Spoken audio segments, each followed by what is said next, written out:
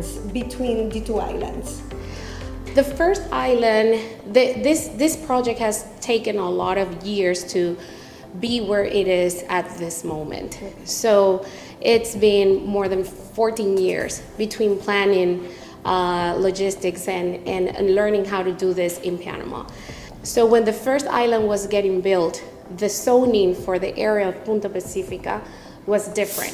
Okay. So when you built in the first island, you can only do ground floor plus 3, including the rooftop area.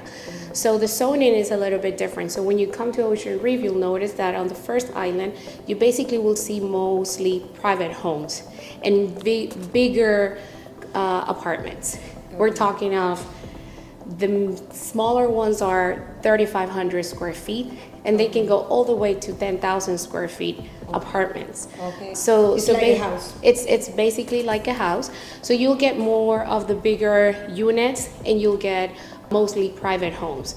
In the second island, because of the different timing, the zoning had changed. So now there's the option to do higher, more floors, more stories, and we're talking of ground floor plus 5. Okay. No high rises. Everything in the islands are going to be low density buildings, but then that change in the zoning of the area allowed to make smaller units as well. Okay. Ocean Reef will have around 450 families overall when it's completely built and finished.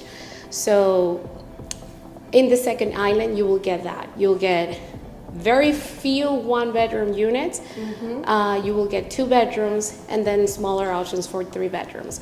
So it has called out for a more international market. Okay. I would say these people that want to have a vacation home or an investment property as well.